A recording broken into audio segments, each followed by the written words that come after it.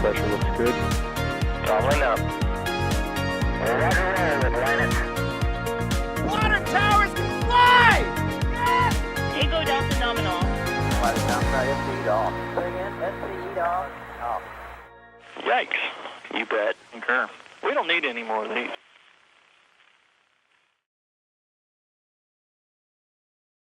Good evening, everybody, and welcome to Kennedy Space Center. We're bringing you a bit of a special live stream tonight. Now, if you remember, about a week ago, we saw the rollout of the first tower segment for SpaceX's Starship launch tower at Pad 39A.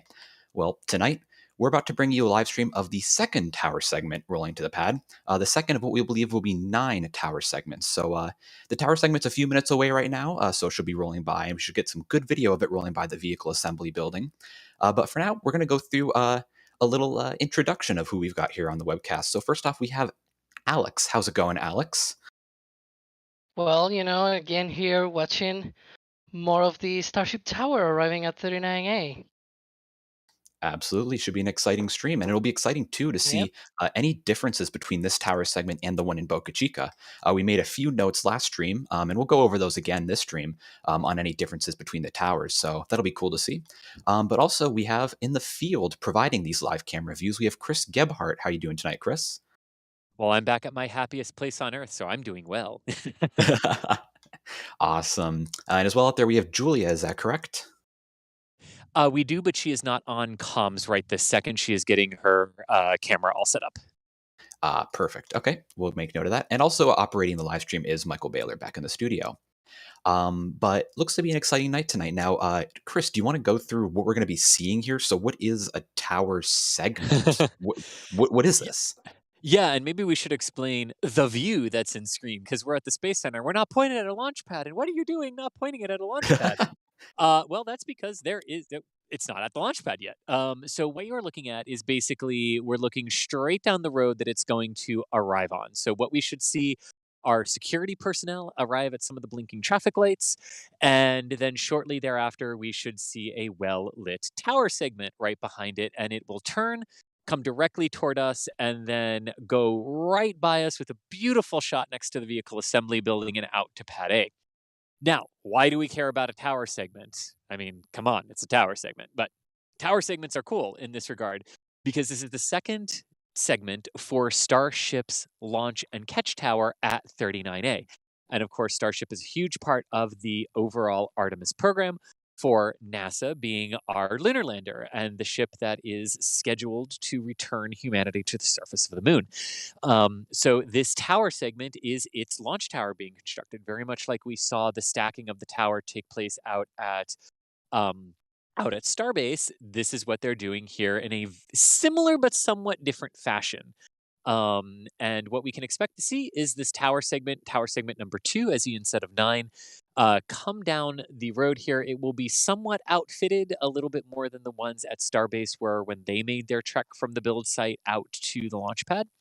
But overall, this is good progress and continues to mark the buildup of the ground support equipment and the ground infrastructure that will be needed to support Starship launch operations here from the Kennedy Space Center.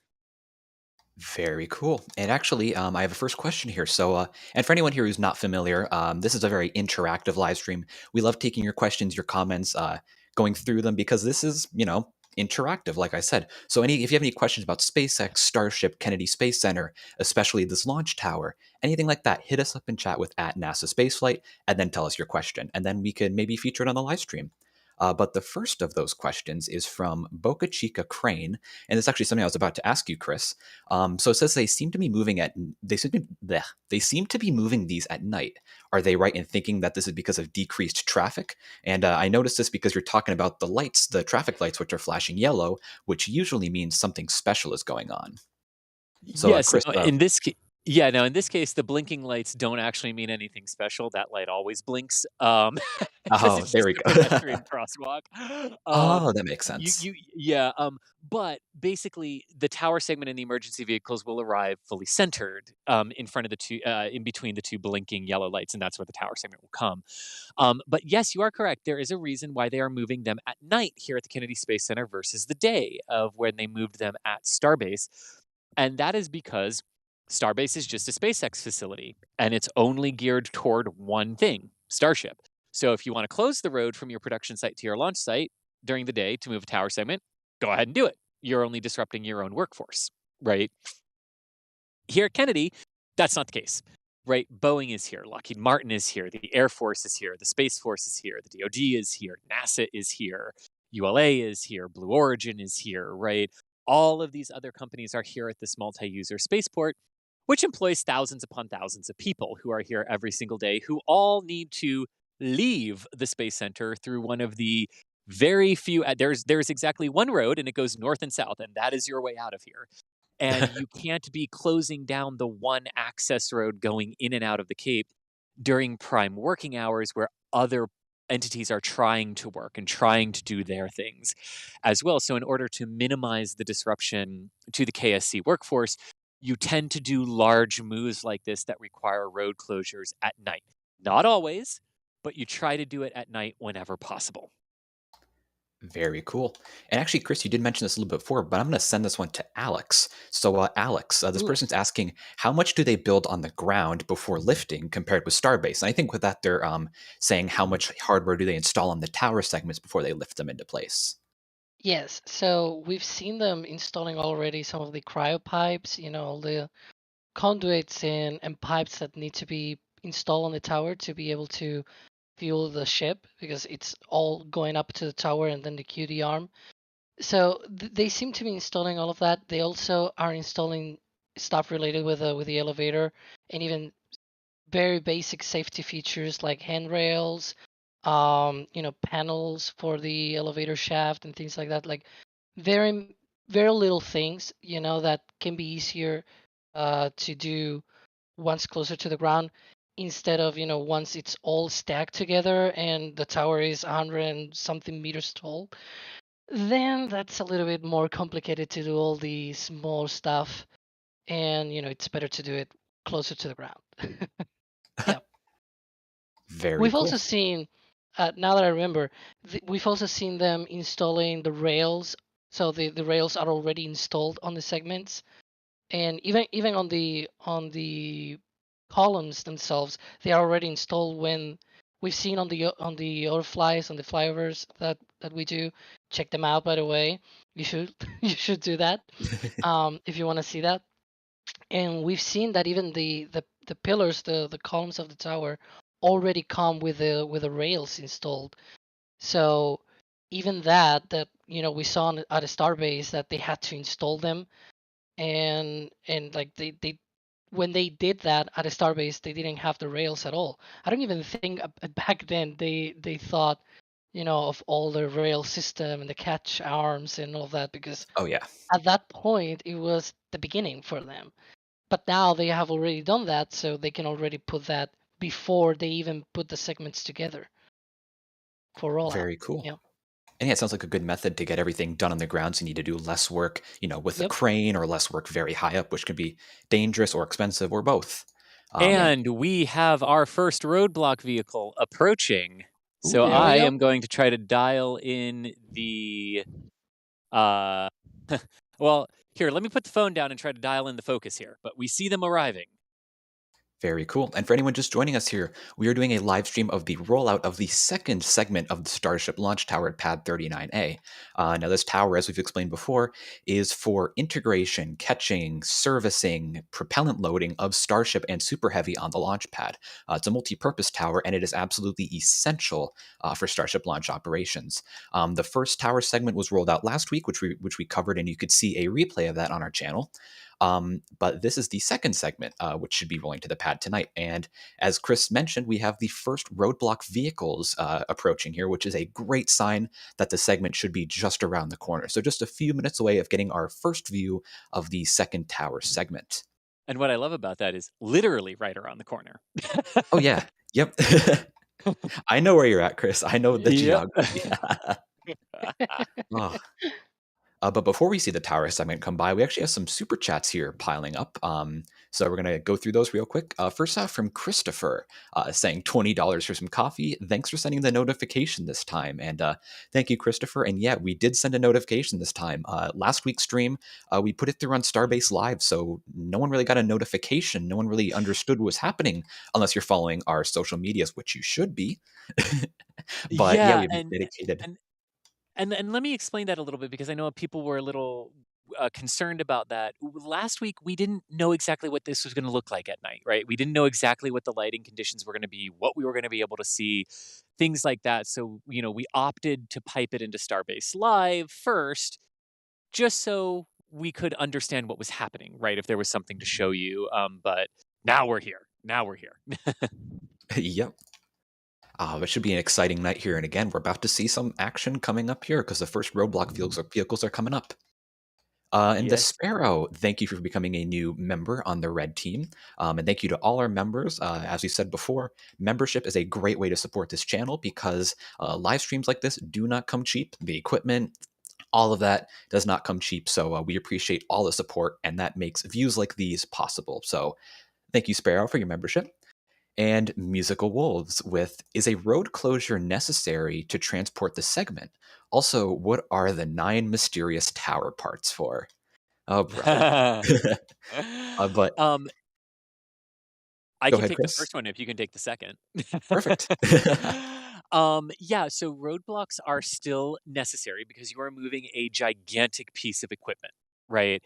And you need to provide safety and a safety radius in case something goes wrong. You need to provide a stable and safe work area for all of the people who have to drive the SPMTs, the self-propelled modular transporters, which is what it goes out on. You have to provide safe work environments. You don't want and also just a car cannot get around this. It's so big, it requires the road that it goes down. And both lanes of the road that it goes down in this regard. So yes, road closures are still necessary, and also road closures are necessary for the KSC workforce so that they know when critical operations are happening, so that Joe getting off shift right now knows, oh, they're moving a tower segment. I might as well just hang out here because the road's closed. I can't go, right? Or different deliveries for different companies. So yes, road closure is still necessary, even though it's the middle of the night and we're on a secured installation. Yeah. Gotcha. Very cool. And thanks, Musical Wolves, for that. And from Babinski UT, a NASA spaceflight writer, actually, with a $50 super chat, thank you very much, saying, how often are we expecting the rollouts of these segments? Once a day, twice a week, etc.? And Oh, when are I all see it. Hang on. 9? Oh, Hang on. sounds like Here we're it getting our... comes. There Look. we go. Dun, dun, dun, dun, dun, dun, dun, dun. Look how quick it's moving. I was about to say, it's moving so fast. That's one This of the things that... this gives the Oh, crawler envy. yeah, really. It's probably moving at like, what, 3-4 miles an hour? Yeah, which is Like, pretty good. I that's... mean, these things can haul it when they need to, because it's Yeah. not a super tall structure that they're moving, right? So they don't need to go super slow like that. Yep. But look at that. And one thing too that surprised me last week is how well lit up these are. And I mean, when you think about it, it makes sense because, safety, if something falls off of it, you want to be able to see it. But these are really well lit up for what seems to be a kind of mundane move, Well, it is, and like you were saying, like it's sort of it's counterintuitive until you go, oh right, but the workers have to be able to see everything. Everything has to be so well lit so that no one gets injured if they have to stop and work on something. Everyone has good situational awareness. It makes total sense that they're lit Yep. up. But again, like until you see it, you're kind of like, oh, are they just going to do it in dark? Like the lights of the, emergency vehicles and the self-propelled modular transporters it's on enough to light it up? And the answer was no. They have these two huge lights in the front and the back that illuminate it, which, hey, great for a broadcast. Yeah, it's like they did it just for us. Thank you, SpaceX. I know, right? I can get a little closer too. Oh, and this tower segment is going to get a lot closer to us. We're going to get some beautiful views when it travels between Chris and the vehicle assembly building. Now, Chris, I assume the lights are off tonight on the VAB as well? They are indeed, yes. Gotcha. You still haven't Which is found that not light switch out there, have you? actually, they did come on, but they turned them off. And Julie and I were actually talking about this a bit earlier. We are now the VAB. We're still 3 miles from the coast, but it's sea turtle nesting season, and there are quite a lot of nests on the beach here Gotcha. at the Cape and Kennedy. So you minimize as much light pollution as you possibly can. So those big spotlights on the meatball and the flag did come on, and then they turned them off. Gotcha. And again, that's being very, environmentally responsible. And that was one of the big things, as we discussed during our videos and live streams about the FAA report at Boca Chica. Lighting is a big thing at wildlife refuges. And a lot of people seem to forget Kennedy Space Center is on a wildlife refuge, a lot like Boca Chica. So a lot of similarities there. And the tower segment is now turning a corner. Is I that on think. It's it's going around something actually. Uh-oh. Oh, um, Turtle that on the road? that appears to be what they are doing. Well, there might just be little things that they have to get around for clearances and stuff like that, and wires and some stuff like that. I don't remember it doing this. It's possible it has also just pulled over, but because there's an issue that they're gonna fix now. Because remember, they stopped in front of us for quite a long time on our last Yep. stream. And it's Yeah. possible that something has happened here, so they're just getting out of the road, so maybe the whole thing doesn't have to be blocked, but they also do have to sometimes go around things, so yeah. Yeah. Not weird, yet not alarming, not concerning, basically. mm. Very cool. And has it One thing. stopped moving there, or is it Oh, just moving towards us? huh. Uh, yeah, that's a Oh, good it's question. it's moving It now, I will think. yeah, it will be coming directly toward us now for a little bit, although they have just turned one of the work lights around and have aimed it at us, so that is a Uh-oh. good indication that that they may be stopped right now. They spotted you, Chris. They spotted me. They know where we are. But yeah, that's probably all that's happening. Because just a quick visual, like if I kind of walk to the side, it looks like they've opened up half of the road. Oh, okay. So that like people could get around it if they needed to, which is probably an indication they had to stop for some reason. And when they get back going, they'll center themselves on the road again. Is it me or are the joints brighter? Or are the what Are the brighter? what's Sorry. The beams where they join together, they're somewhat white, Oh, there's and they some were kind of white dark. coating on them. Yeah. maybe it's a Yeah, reflection of the steel in those lights? that's what I was thinking. Huh. Interesting. Also, Well, one thing that hopefully it I've stops when it gets noticed. close. Yeah, let's see how it looks like. One thing that I've noticed with this segment is that it already has the stairs. The Starbase tower, when they were building it, at first obviously didn't have any elevator, obviously. Um, and they had these stairs just basically to be able to go up and down the tower without needing a crane, right? Or a lift of sorts. And this time around, they already have Ah, them installed. it is still moving toward us because it keeps moving out of frame at the top. So it is Very it, cool. they're still chugging along. Yeah, just a little bit there. Nice. And yeah, it looks like this one does not have the elevator shaft installed, or am I maybe missing that? I think they only have installed that on the segments that they have the levels. So it's sort of like the 39A tower where you only have a level where you needed it, and that's it Hmm. basically. Ah, And gotcha. I think the one at Starbase has two levels for access on the first segment, another one at the fifth level, so like at the level of the QD arm, and then another one at the all the way up, at the top of the tower. So it's Gotcha. So it probable that so that it it is does all about that. so it does look like they were just going around something there, because they kind of kept moving, and they're definitely back centered more in the road now. And if you look really quickly over to the right-hand side of the screen, in between the building and the tower, you can sort of see this, 1, 2, 3, 4 hexagonal shaped, structure that's sort of sitting off to the side right above the fence line there, and that is the base of a mock-up of the launch abort system for the Orion capsule, another part of Artemis, the capsule that will transport the astronauts to the Starship that will take them to the lunar surface. And then you also see a white sort of box structure with a hole cut in the middle of it. And that is the old crew access arm from Launch Complex 39A that's service to the shuttle program. Very cool. So a bit of history there, going past the future. And it looks like the tower segment is still moving towards Chris, making some good progress, and we're going to get some great shots here in just a couple of minutes when it goes by the vehicle assembly building. And then we can get maybe some close-ups and everything. But for the time being, we'll hop back into our super chat queue. From Babinski, we touched on this question a bit before, but how often are they planning to roll out these segments? And we don't really know an answer for that, right? It's kind of when they choose to. It seems to Well, be. Go ahead. Go ahead. I thought you were done. I'm sorry. Yeah. Oh no, I was just going to say it seems to be as of right now about a weekly cadence.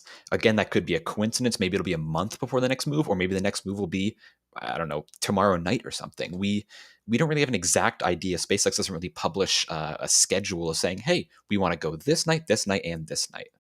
No, but they do. There's potentially a pattern, right, where like they rolled the first tower segment out, and then it was several days before they could actually stack it onto its mount, right, at the pad.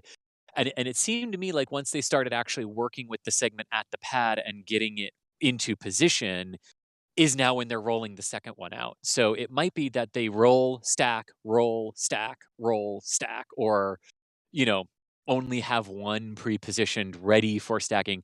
We will have to see. It's a very good question. But yeah, very good question. But it does seem to be somewhat tied to what the previous segment has done at the pad so far. Gotcha. Of course, Very we've only got one example of that so far. So Yeah. And also, it's important to note, not all segments are finished. Right. At Roberts Road, where they're building them, there are several segments that haven't even been started yet. And again, we'll find out more information on our next flyover video, so be sure to stay tuned for that. But yeah, they have, I think, about like 5 or 6 segments almost done over there. So maybe they could mass send them out in like a big line or something. But again, I don't think they have enough SPMTs for that, to be fair. Imagine that, though. Imagine that live stream where it's just like, okay, the 6th segment, Chris, move the camera over. There it goes. 6, 7, 8. Why are we counting up? It's rocketry. No. Oh, that's great. And again, the second part of the question, when are all 9 segments expected to be at 39A? And again, I think the answer to that is we'll find out when you guys find out. It's a very fluid schedule. Not all the segments are done yet, and we really don't know much about the schedule of 39A. Unfortunately, it's not as public as, say, Boca Chica, where we can drive up right next to the launch complex. If you did that at Kennedy Space Center, you'd have people knocking on your door. But yeah, unfortunately, it's not too public. Yeah, and the other thing to bear in mind here too, just about differences in cadences, it's starting to make the turn to go past the VAB now. But the difference in like the cadence for how these segments might come out and how quickly they can actually assemble the tower at the launch pad. Remember that a big difference here, Boca Chica is not an active launch site, right? It is not actively doing launches. It is there for the Starship program, right? It's test campaigns, getting it ready, supporting those eventual flights. But 39A is very different. You're trying to build this tower while still flying out the Falcon 9 and Falcon Heavy manifest that exist and needs to use that pad for Starlink missions, regular customer missions, crew and cargo flights to the International Space Station, the U.S. government Space Force missions of the Falcon Heavy, and potentially a commercial mission of the Falcon Heavy coming up later this year if everything holds. We'll see. The DoD and Space Force basically went, oh, Russia invaded another country? We don't want to launch anything anymore, which is interesting. Makes me wonder what they're changing on those payloads, but we'll see.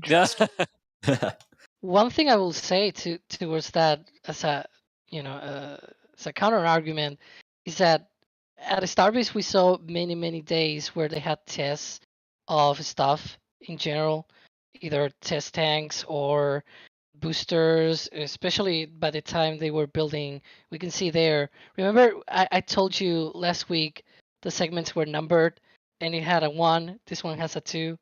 Okay, going back to what I was saying. Uh, they had many tests, and so they had to close the road. They had to stop all work. Here, when they launch a Falcon 9, it doesn't even do a static fire anymore. So it's only the day of the launch at most, if I'm not mistaken. So if they have 2 launches from Launch Complex 39A per month, which was pretty much this past month or two, I mean, that's only 2 or 3 days, perhaps, if they have a scrub of sorts. So it's not as much of a restriction as one might think in that sense. Gotcha. And as you're talking there, the segment is rolling very close to Chris right now, and we can see a lot of cool Yep. details on there. So if you look on the left side of your screen, those vertical white and black pipes, those are the propellant lines for Starship propellant loading. Those will carry liquid oxygen, liquid methane from the ground up the tower and then to Starship. And those several small pipes there in the middle, you can see those are probably various conduits like maybe say gaseous nitrogen, helium, electrical, other things like that. But very cool to see, as we mentioned before, all the pre-installed parts on this tower segment. Whereas with Boca Chica, it was more of like a sort of blank truss that they just rolled out to the pad, then installed everything on. So cool to see how they're pre-assembling all of that. And some beautiful views here going past the vehicle assembly building, the historic building that saw the stacking of the Saturn V space shuttle, and now It the Space stopped. Launch System. It There you stopped Wow. go. again. Okay, I love Perfect. this spot. Apparently, they just stop here. All right, what do we want to see while it's not moving? Let's just start zooming. Let's see what we see. So I believe first thing I notice on the right pillar there is that the chopstick rails, I think. Yep. On the right The pillar, let me. rightmost Yes, pillar. hang on. Let me. I know. Yeah, let me unlock the camera. Right Oh, there. good.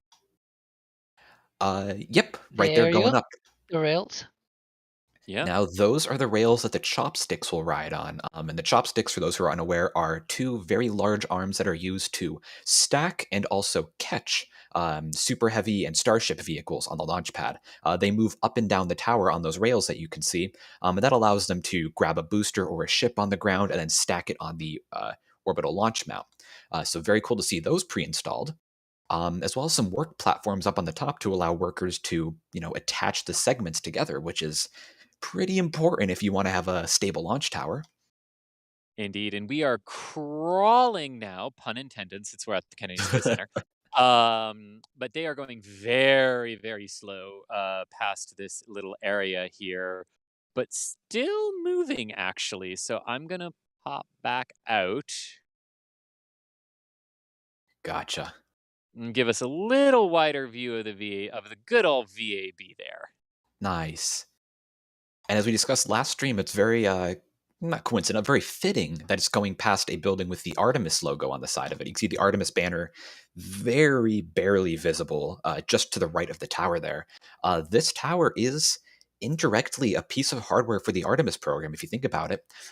We found out through public information and documentation that human landing system, or HLS missions, will launch from Pad 39A.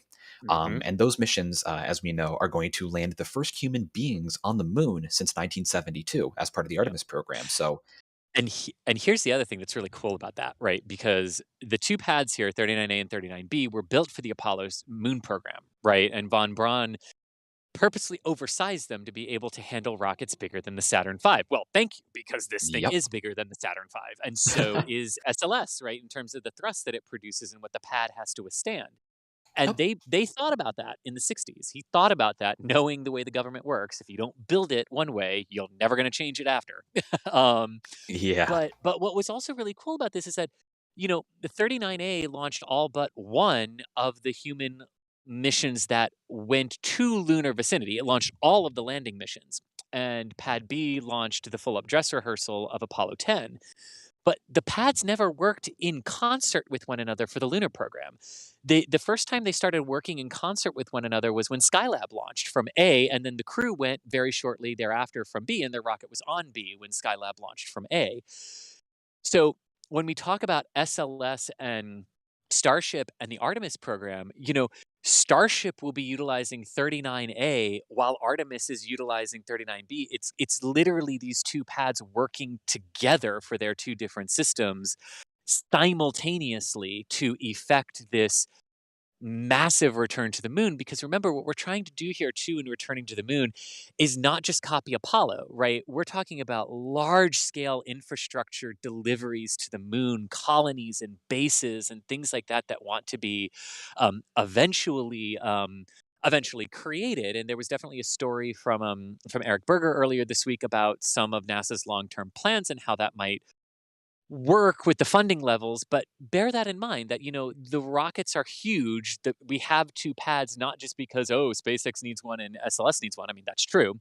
But because of what we're trying to do, it requires these very large systems to affect that properly. And that's a lot of what we're seeing here as well. Very true. And also, while you're saying that, I realized all three pads at Launch Complex 39 are going to be benefiting the Artemis program. So, like you said, SLS launching crew from 39B, Starship launching from its mount at 39A for lunar landing, but also Falcon Heavy from 39A as well will not only Yes. launch the core of the Lunar Gateway, it will also launch the logistics, also known as the cargo resupply missions, to the gateway. So every pad at Launch Complex 39 Yep. is essential to the Artemis program architecture. Yeah. Yeah. Very That's cool. a It's good like point with the they Falcon finally Heavy and the stopped. Gateway modules. Yeah. They have finally stopped. Yes, they have No Again. finally crawling, stopped. just Just stop. like last time. Thank you, SpaceX, for Now, giving us this beautiful photo opportunity. yeah. Now, of note, I have not seen a lot of workers run to the SPMT like we saw last time when they stopped. Doesn't necessarily, and the work trucks are still sort of moving and inching their way down the road. So I don't know how long they're going to be stopped here, or if it's going to be as long as last time. Just sort of setting that stage for the visual differences between roll 1 and what we're seeing so far with roll 2 when it's directly in front of us. Gotcha. And while we're stopped here, actually, a question from West Coast Films. Could we get some more close-ups, please? Maybe on Yes. the stairway, maybe some of the attachment points they'll use to attach the segments together. Oh, They're and moving it's again. rolling. Oh, they heard us. They're like, no, you will not. And it's rolling. And actually, the lighting level isn't really good from this angle to get that shot, but give me 2 minutes for it to move a little bit further down, and I will get those close-ups for you of the attach points. Perfect. Yes. And another question here from Simply Wait, saying, are these rented SPMTs or SpaceX Live? Oh, we had this conversation like a week ago. Livery versus livery. I'm going to say livery. I think it's livery when it's a machine, and it's livery when it's a person. I'm only basing that off of Downton Abbey, and they call it livery, and I've always heard airplane paint schemes called livery. So I don't know. I could be totally wrong there, but I 6 of 1. We know what you're talking about. Yeah. But yeah, these SPMTs, at least during last week's stream, they do have SpaceX's logo on them. So they are owned by SpaceX, or at least long-term leased by SpaceX, maybe. But Or yeah, these are branded. branded or something. Maybe just like a quick magnet they slapped on. But yeah, cool question there. Yeah. We had a super chat here from Musical Wolves saying night vision fun. That would be very helpful. That would be fun. So Yeah. here's one of those attach points that you were talking about. Oh, sorry. There's one of those attach points that the question was about where the braces all sort of connect Yeah. on the tower. And then I'm going to go down a little bit. We're going to ignore the bent piece of metal. That's where it connects to the transporter there. And you can see a difference here. The bottom attach or the bottom connection strut there are actually attached to one another, and they were not attached on segment 1 when it went by last week. So that's a change to the base segment versus segment 2, which is probably logical because those braces just connect to the top of the tower segment 1, whereas the bottom braces of segment 1 have to connect to the actual pad infrastructure. So kind of, what is the word I'm looking for? That went right out of my head. Kind of logical. There we go. That's the phrase I was going for. And there's the upper attach strut that we can see. And now I'm going to come down because that bent piece of metal, I want to talk about why it's bent and why it's there. That is a blast shield for the lines that run behind it, Eh, for the data, electrical, or other lines that run behind it. There, well, and you can what? I Well, we was said it was a blast. corrected. We said it was Y- blast last time. Yeah, I was corrected about that. Oh, what And so is it I then? gotta Okay. I gotta recognize that, and as always, because it's true. It's true that I was wrong, and it appears to be for the chopsticks. So this side will be the side where the lines for the chopsticks will run on, and it's Oh. so that they can run up and down the tower. And I Ah. think the bottom, it's a little bit complicated to explain because without having an actual picture of it, but like the tray sort of thing that they have to pull up as it moves up and down the tower, that's sort of so that they can have a position to be, how's the word, supported on, basically. That's sort of Ah, the gotcha. point of this piece of equipment. So yeah. Very cool. And yeah, Gotcha. that's Good to sort know. of like a yeah, that's sort of like a cable chain that carries all the I guess electrical data, whatever you need to run a pair of chopsticks. I don't really know what that is, but Yeah, whatever you need it's to sort run of a like pair. the chains on a bicycle or something like that, Yeah, and it's just to have some support there. It's just a little bit hard to explain without an actual picture, and I don't have any right now. And also we're seeing this one.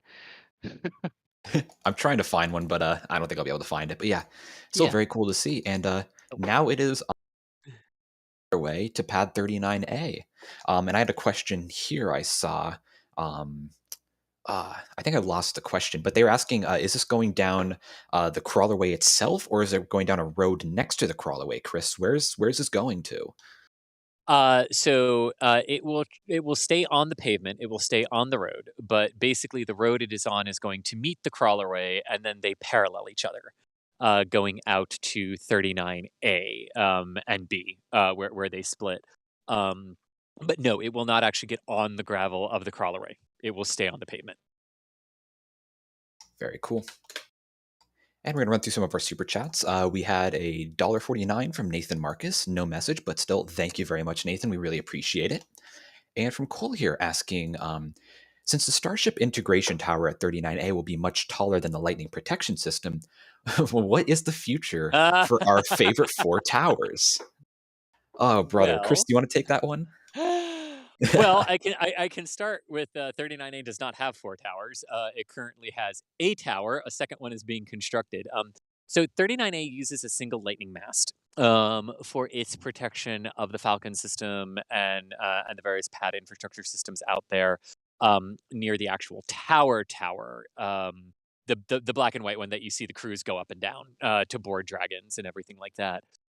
Um, Will they need a different kind of lightning protection system for this? Well, there are, I believe in the plans, right? What we sort of saw from some of the assessments and stuff that SpaceX has talked about at Boca Chica, there are illustrations that have a lightning mast on top of the tower. They obviously have not put it there yet at Starbase. So there's a question of whether they think they need it or not in that regard. But at 39A, they're definitely going to still have the one on the tower at 39A, the tower that currently exists there for crews. Will the Cape require them to put something else on it? Entirely possible. Entirely possible there will be a lightning rod on the top of this as well. What there most likely will not be is like the catenary system that exists at pad B, at pad 40, for them where you've got multiple towers with wires strung all across the place. That is almost likely a no. We would have seen them by now, most likely, if that was going to be a requirement for Cape safety.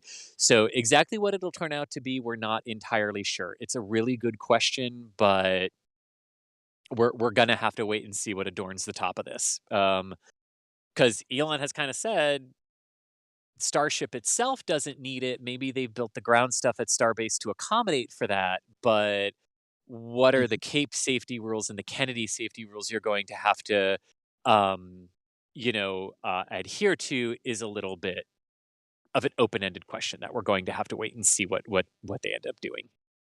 Yeah, and like you said, they're going to be putting a tower, a lightning tower, on top of the launch tower at Boca Chica, but Boca Chica doesn't really get as many thunderstorms as Florida does, so maybe it's not a priority there. But Yeah, they anyway, definitely get thunderstorms, but yeah, well, it's going to be interesting. I mean, I would have thought they'd have put it up there by now. So the fact that they haven't is interesting. yeah, very neat. But good question, Cole. Thank you for the support. And from Martin here, saying that they're going to Texas from Norway in July and to Starbase, of course. Do we think Oh, there's any chance for a July launch? never say never, but Yeah, yeah, yeah, But Elon there's a tweeted. lot of testing. Yeah, yeah. yeah. It's always that, right? A lot has to happen, and a lot could happen between then, if you catch my drift. So again, we've never had a booster do a static fire campaign on the orbital pad yet, so that's a big if right there.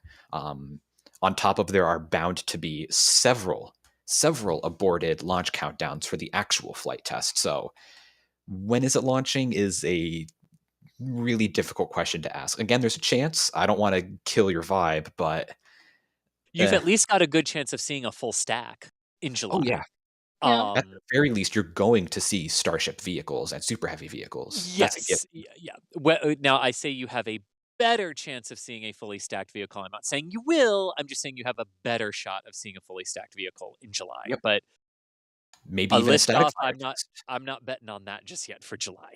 There's a Yeah. lot to get through. Yeah, there's a Yep. lot to get through. There's Uh, always the component of paperwork being in place for that too. So Well, and that's a good point. And let's remember too, just because the FAA cleared the environmental assessment, right, and delivered a finding of no significant impact that requires some mitigation, right, on SpaceX's path. Some of those will have to be accommodated, those that haven't been already and that are germane to the season that they're in, such as sea turtles and things like that. Um, but they also do not have the launch license from the FAA yet. yeah. So I believe they have the communication frequency license to use for the orbital flight attempts, but they do not have the Mm, actual launch license in hand. We need that before you leave the ground. exactly. yep. So best of luck, Martin. We wish you the best in seeing something very cool down in Starbase. You'll see it, something cool no matter what. But we wish you the best of luck in seeing a cool test, maybe even a flight. But thanks for the support. And from Corey, talking about the other Starship launch site, saying that they were at KSC today and got some awesome shots of SLS and Pad 39A construction. Do we know what model crane is being used to stack the tower sections, and if it has a nickname? Do we know what model crane that is?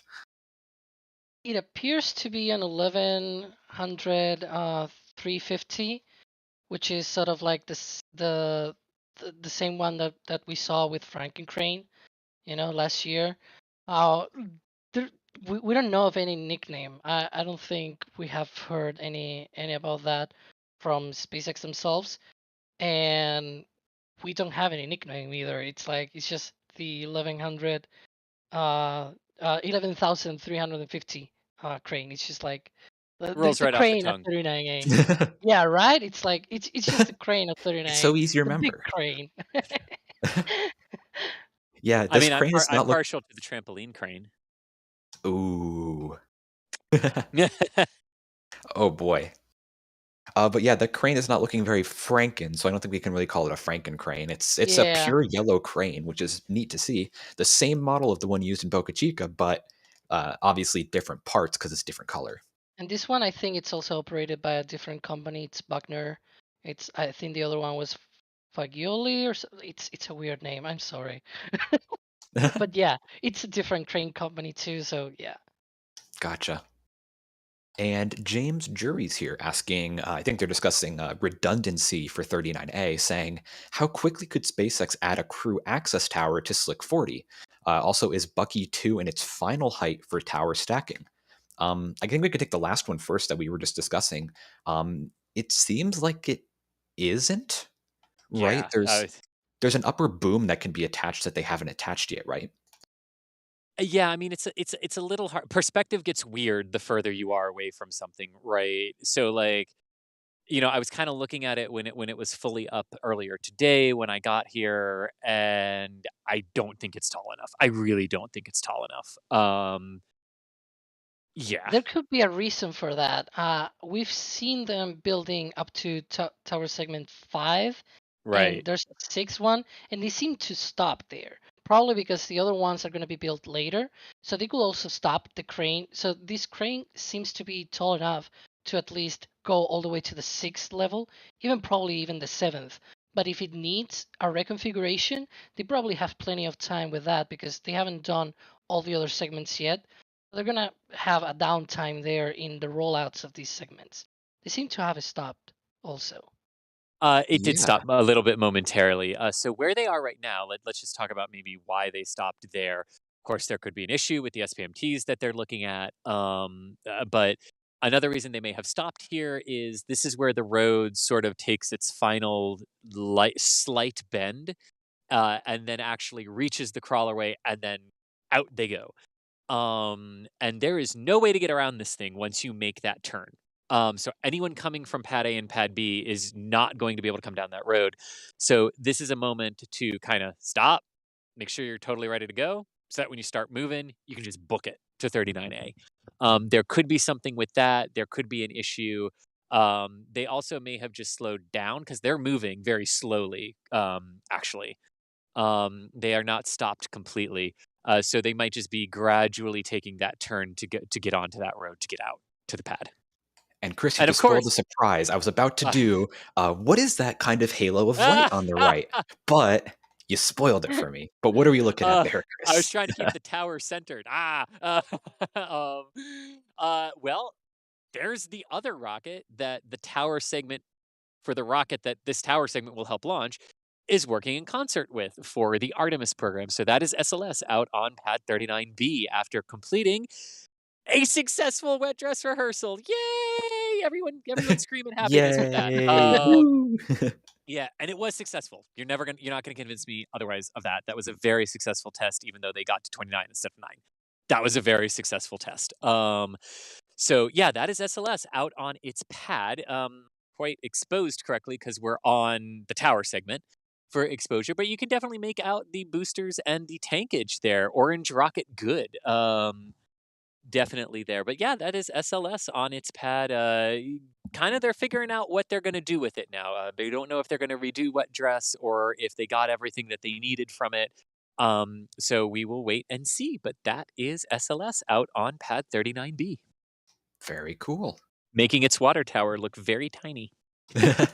And that is not a small water tower at all. No, it's not. No, it's not. But the Eh, water towers actually only dump the sound suppression onto like the pad surface and the mobile launcher platform surface. They don't have to pump all that water up the tower. So they don't need to be taller than the rocket. They just need to be taller than the pad surface, and tall enough that they provide the passive water pressure for all of that. In case anyone was wondering why it wasn't as big as the rocket. And Chris, we may have missed our opportunity here because the tower's about to eclipse it. But maybe when it comes out on the other side, could we lower the exposure on the camera a bit to maybe see SLS in all its glory? Sure. Yeah. Can totally do that. Cool. So it's about to be eclipsed by the tower segment. But while we're doing that, back to a question we had here. Alex, they're asking how quickly do you think SpaceX could add a crew access tower to Slick 40? I'm asking you because you're our resident Falcon 9 expert, you'd say. Uh, well, I'm a Falcon 9 expert in some sense, but I don't know much about towers. But I do know that SpaceX is very agile in these things, and if they have had some plans about it, which I do know that this has been sort of like secondary plan of sorts in case of a full-on emergency at 39A. They cannot get any crews up into space and everything. They can always retrofit Slick 40 for crews, and that's always been sort of one of the options. And we've heard recently them pitching that to NASA in case of any sort of Starship rod on the pad, and knock on wood that doesn't happen. But they are really like we've seen here, for example, with a tower, such like the Starship tower, which has all the conduits, all the pipes, all the power lines and everything, and they have built one at Starbase in a year and a few months. So one that is much simpler, that is just a structure to go into a rocket, such as a crew access arm of sorts and crew access tower, that could probably be done maybe in way less than a month, probably even 2/3 of less than a month, no, less than a year, sorry. Um Probably in 2/3 of a year. I was thinking of months, like probably 8 9 months perhaps. They are totally agile in that sense. We're seeing a great shot right now of SLS and the tower segment. I was about to say, beautiful shot. Chris lowered the exposure a little bit on there, and now we can see SLS in all its glory on Pad 39B after, like he said, a successful wet dress rehearsal. So very cool to see a lot of good signs here. Remember last week we were discussing, we were really anxious as to what would happen during the wet dress rehearsal, but now it's kind of like sitting back and relaxing after a successful test. So very cool to see that, and great to see the tower segment itself also now rolling down the Crawlerway access road. Indeed, indeed. And a £5 super chat from that Another stop. English. Oh, It did stop, yeah. looks like it. And looks like they did a little bit of leveling there.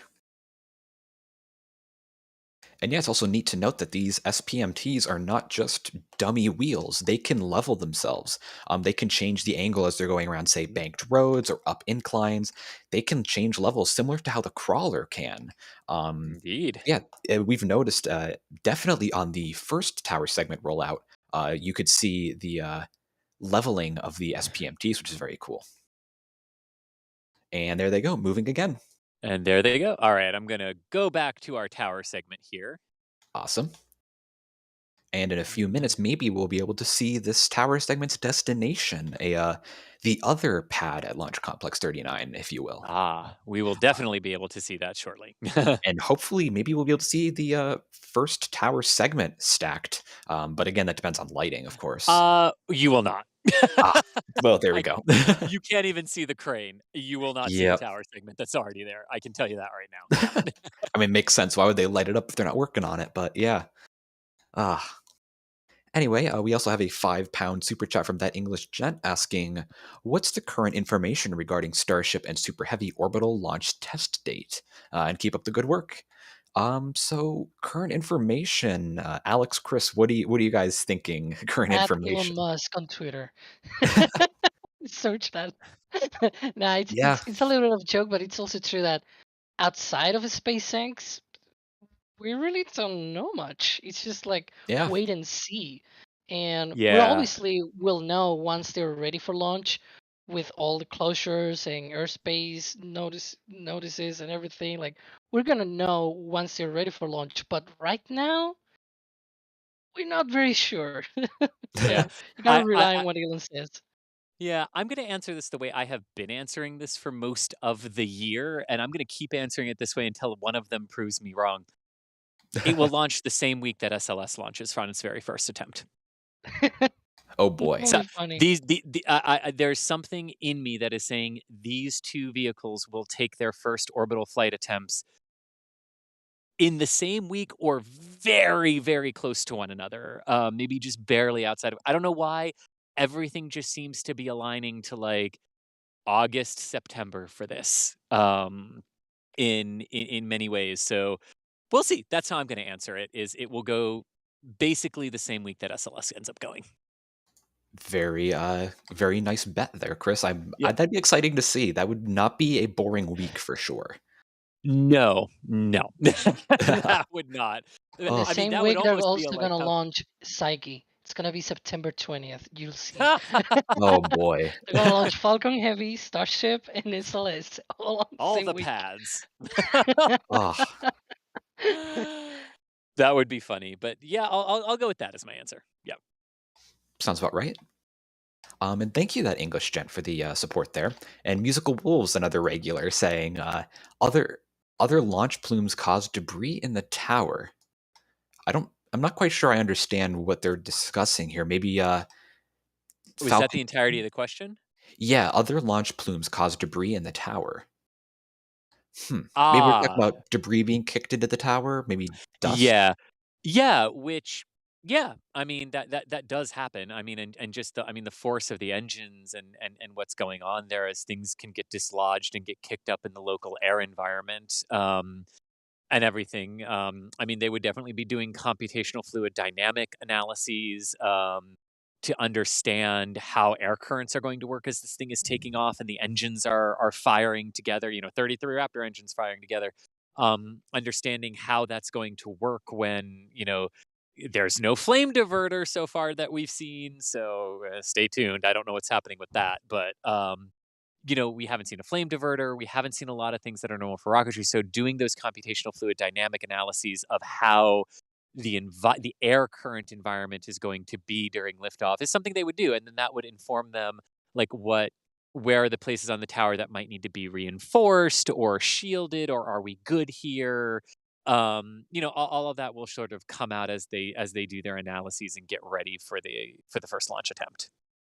Gotcha. And yeah, And obviously, Starbase will help them learn what actually happens, whereas they can then come make modifications to this one without learning the lesson the hard way on the 39A stuff. definitely. And a question here that actually kind of ties into that, talking about how Boca Chica will be launching first. Predictions on what happens first: Starship orbital flight test from Boca, or the Florida towers fully stacked. That's Ooh. oof. Well, without actually knowing what the stacking plan is for the tower here in Florida, I don't know. If they choose to build them quickly and haul them all out there, it's possible the Florida tower could be could be fully stacked, not finished, but fully stacked. But if they opt to do 5 or 6 segments and then wait a little while, great question. Don't know how to answer it. Yeah, same here. But again, it looks like the tower is hauling it down the Saturn Causeway, which is the road going adjacent to the crawlerway, making its way to 39B or 39B. What am I saying? 39A, I should say. And if you look at that, that's actually a picture Julia Bergeron, one of our photographers, who's actually out there right now, took earlier today, of the crane vertical and the first tower segment stacked on the concrete mount. So a beautiful shot there of Pad 39A, as well as the crane. And look at the height of that crane compared to the fixed service structure. That is crazy. Yeah. It's And still I enormous. look at that and go, not big enough for the entirety of the tower we're talking about Yep. here. Yeah. Like, Oh, very cool. Love to see that. And the second segment hopefully will be joining that first segment very soon. yes, indeed. Nice. And a question here from Flashberry asking, interesting question. I don't know if we know this. What will the Starship pad at 39A be called? Maybe 39A.5? All right. Well, first of all, I love the Mm. name. Yeah, that was good. I love the name. 39A is what it'll be Yeah. called. There's no requirement to there is no requirement to like give it a different designation if they don't wish to. It is complex 39A. It is inside the perimeter of the 39A complex, so it's not outside of it. NASA definitely did something at Pad B where they created 39C inside of 39B, but they did that to sort of make very clear like this is for small rockets, not big rockets. Yep. So there's no real requirement that they give it a different designation. It's not like suddenly that's going to be 39D or something like that. We've heard absolutely nothing about that. Very cool. And is the tower segment going behind something there? Is that Yes, a it's going behind a car. Give it a ah? second. Well, Tell them to move. one thing they could also do is do like Rocket Lab and call them, Launchpad 1, Launchpad 2. That's Yeah. easy and Yeah, done. That's it. yeah. I Hopefully, mean, yeah. I mean, if I had to guess, they'd probably go like 39A Falcon, 39A Starship, or something like that if they were trying to delineate it one way or the other. Actually, if you could go back to the picture that Julia posted there of the crane over here, I can actually raise the camera up a little bit more to give us a better view of the segment. And again, a beautiful shot there, Pad 39A. That was taken earlier today, just a few hours ago, I think, by Julia Bergeron, one of our photographers, who's also out there with Chris right now, but unfortunately is not on comms with us at the moment. But again, look at how tall that crane is. That is the LR 11350 crane, the same model of crane that was used in Boca Chica, but as you can tell by its solid yellow color, that is not the exact same crane as used in Boca Chica. They're using that crane to stack the tower segments, and you can see the first of which just to the left of that crane. And that's where the second segment, which we're looking at today, will hopefully be joining on top of it in the coming days. So should be very cool to see there. One interesting thing with that first segment, if you can see there, it only has two of the columns have a scaffolding at the top, which is a little bit weird because this one right now that we're seeing, you can see it has all four of the columns have scaffolding to be able to stack another segment on top. It's a little bit weird. Probably they're gonna add it later, but I'm not sure. Yeah, and speaking of 39A a few minutes ago, look at what we have on the right there. That is Pad 39A. That Yep. is where Falcon 9 and Falcon Heavy call home, or one of their several homes. But yeah, and looks like the crew access arm is all lit up tonight. Alex, is CRS 25, which I think is the next mission, is that coming up soon? I forget the exact date of that. Yes. So we were expecting Starlink launch this weekend, but apparently it got delayed. And now the next launch is going to be CRS 25 out of 39A. Yeah. And just for situational awareness, the arm is always lit up like that. Yeah. Oh, Yep. okay. I thought last time it wasn't, but maybe I'm misremembering. It was it was pulled back last time, which made it slightly harder to okay. see it's extended today. Yeah. And if you actually look, if you look at the rightmost light you can see on your screen, and just to the left of that, you'll see two sort of white sticks coming up. That looks like the grabbing arms on the strong back, which seems to be Yeah. horizontal at the pad right now. Yeah, those are the top clamps Yep. on this back. So that signifies that they are either integrating a vehicle inside the horizontal integration facility or about to integrate a vehicle. Well, yeah, but for example, the Stromback hasn't picked up the reaction frame, so it's still the T, the transporter director is two pieces, and the Stromback has to pick up the reaction frame every time there's going to be a rocket integration. So they're probably integrating that on the hangar, but it's definitely not imminent in that sense. Gotcha. Yep. And You as can we said see earlier, when the oh go ahead. sorry, I was just gonna clarify there that you can see it's not the reaction frame is not picked up because once it's picked up, you can see the bottom of where the places where the hold downs, things like that, where the rocket is held onto the pad. You can see that vertical, and here it's like you don't see any sort of thing vertical there. It's just plain normal, the launch mount there. Gotcha. And we have a new membership here from Adrian Theo. Thank you for being a PadRat member. Again, memberships is a great way to support the work that we do. Like we say all the time, the live streams like this do not come cheap. The equipment, the hours, everything like that. So we really appreciate all your support, and that is why we can get beautiful views like this of Pad 39A and the second tower segment rolling out to said pad. But thank you, Adrian, for being a PadRat member. And Vatsiana, $10 super chat saying, much love NSF, all hail the bride of Frankencrane. I guess that's Crane's Yes. nickname? I almost made a Bride of Frankenstein or Dr. Frankenstein joke since the other one was Frankencrane, and I'm glad someone else's mind went there too. That was good. Very cool. And we have a question here from Walker Ward saying they're going to Cape Canaveral in April and was wondering if you think there might be a full stack Starship by then. So that raised an interesting question to me. When do we think we're going to see a full stack Starship here? Or is that I'm not way... even gonna fathom a guess. I want to see them get through some of the test campaigns in That's Texas true. first and see how good they go. Yeah. Yeah, same Gotcha. here.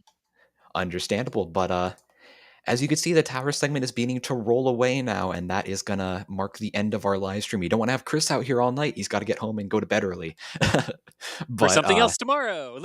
oh, of course, there always is something tomorrow. But again, the tower segment's rolling away. We're not going to get as great of a view, but anyway, we really appreciate everyone coming out and tuning into this live stream of a very cool event, the second tower segment for Launch Complex 39A's Starship Tower. Like to thank again everyone who's made a super chat, all of our members, everyone who's liked, asked a question. We really appreciate all the support, and again, we're really thankful for all of that. And I'd also like to thank all my co-hosts today. Alex, thank you for coming out and supporting the stream, Alex. Thank you for having me today. It was another entertaining rollout of a Starship Tower segment, and I really liked it. It was very entertaining. Some beautiful visuals, too. And Indeed. Chris, out in the field, thanks for all the views, and thanks for your commentary, Chris. My absolute pleasure. Thank you all for joining us. Glad you find tower segment moves as exciting as we do. Definitely, as well as Julia. Unfortunately, she's not on comms with us, but Julia was out there as well. Thank you, Julia, as well as Michael operating the studio. And before we go, quick membership here from Robert Kenny. Thank you very much for upgrading to Red Team. Really appreciate that. And Mark Hamill as well with a last-minute $9.99 coffee super chat. So that'll definitely be helpful. But again, thank you everyone for tuning in. I've been your host for tonight, Ian Atkinson, reporter with NASASpaceflight. Thanks for tuning in, everyone. We'll catch you at the next live stream. Have a good night.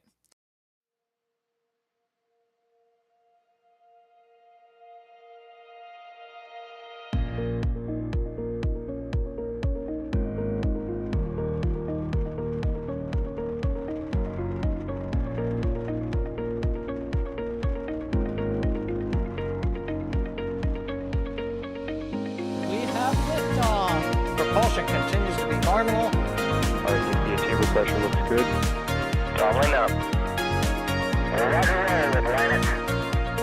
Water towers can fly! Yes! Tango down to nominal.